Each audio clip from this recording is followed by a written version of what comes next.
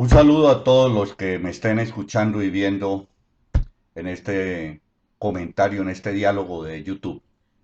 Mi nombre es Jairo Ortiz, soy ingeniero químico y profesor de la Universidad de AFI y he querido por este medio informar a todos y hacer un diálogo sobre la materia que dicto en la universidad, que hace parte del tema que dicto en la universidad. Vamos a hablar sobre la tribología. Me gusta la historia y he visto a través del tiempo de que la ciencia toda tiene una historia que es común a la historia humana. A medida que la historia de los seres humanos se va desarrollando la historia de la ciencia. Y la tribología es una ciencia. Tribos en griego quiere decir fricción y logos conocimiento. Entonces, tribología es la ciencia o el conocimiento de la fricción. Muy bien, entonces empecemos. La tribología eh, tiene una tecnología que se derivó de ella que se llama la lubricación. Esta tecnología se derivó de la ciencia.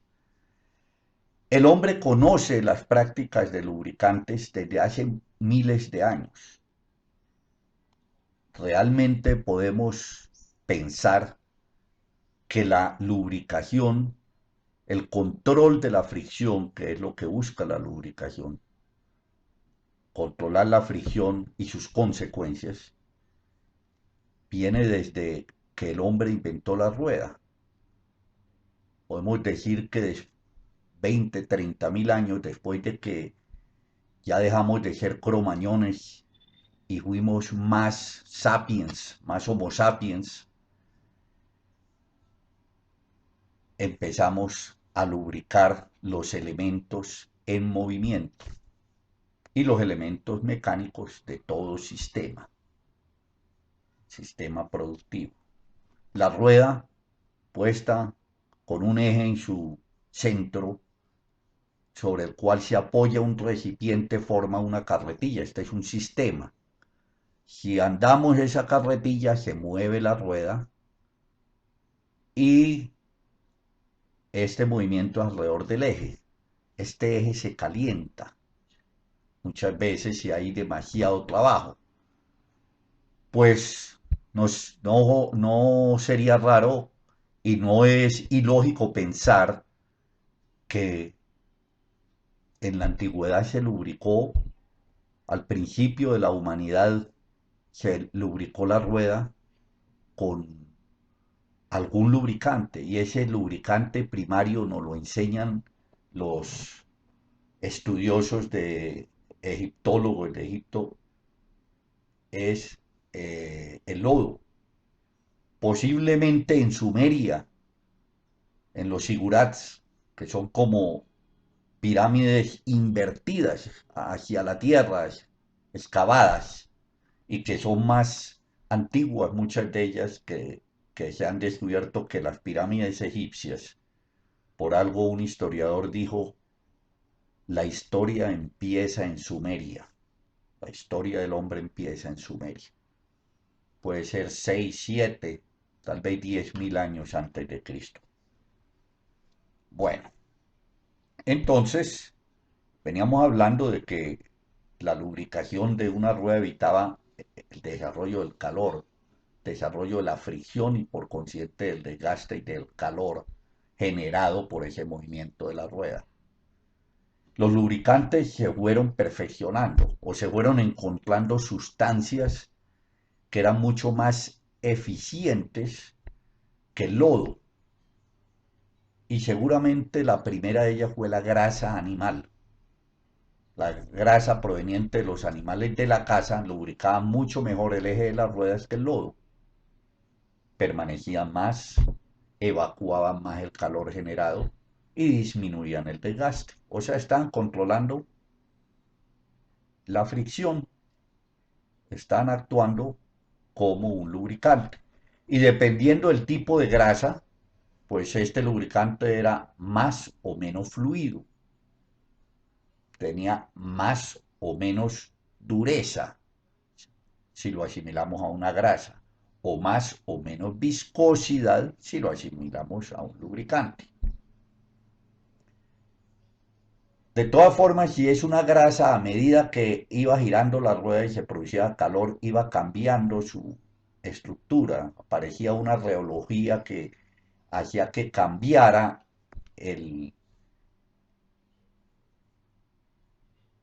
el cuerpo del lubricante, que su estructura fuera variando. Al fin y al cabo de eso se trata la reología. Y eso es así porque los estudiosos de los fenómenos climatológicos, tal vez conocemos, más antiguo sea Leonardo da Vinci, que con sus escritos y en sus memorias habló ya de aditivos y de lubricantes y sus aditivos.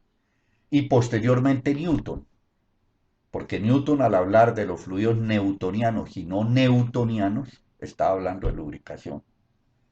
¿Qué es un lubricante? Es un sólido, un semisólido o un fluido de carácter no newtoniano.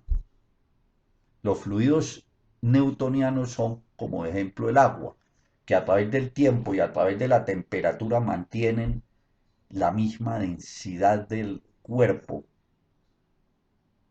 mantienen eh, la misma viscosidad, no cambia. Simplemente llega un momento en que alcanzan una determinada temperatura y cambian de fase. El agua pasa de líquido a vapor. Eso es un fluido newtoniano. Pero los lubricantes son fluidos no newtonianos. Su reología es diferente de la reología de líquidos como el agua. Los lubricantes como la sangre, como la miel de abejas, son fluidos no newtonianos, es decir, su viscosidad va cambiando a medida que cambia la temperatura.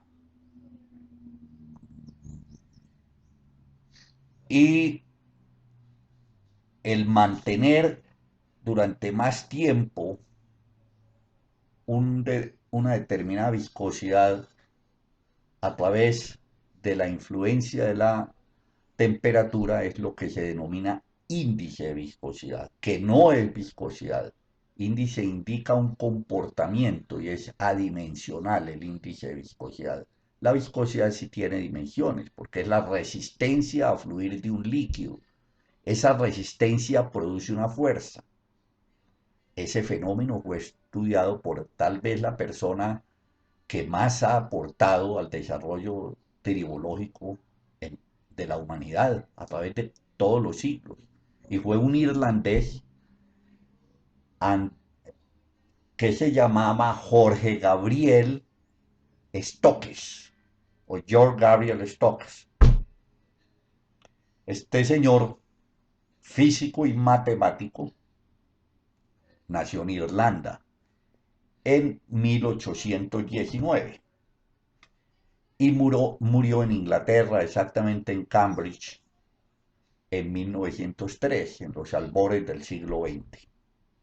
Durante su larga vida para esa época, hizo muchos aportes a la ciencia, en matemáticas, en física, y eso le valió que no solo fuera profesor de la universidad, profesor emérito, sino que fue director de la Real Sociedad Científica de Inglaterra.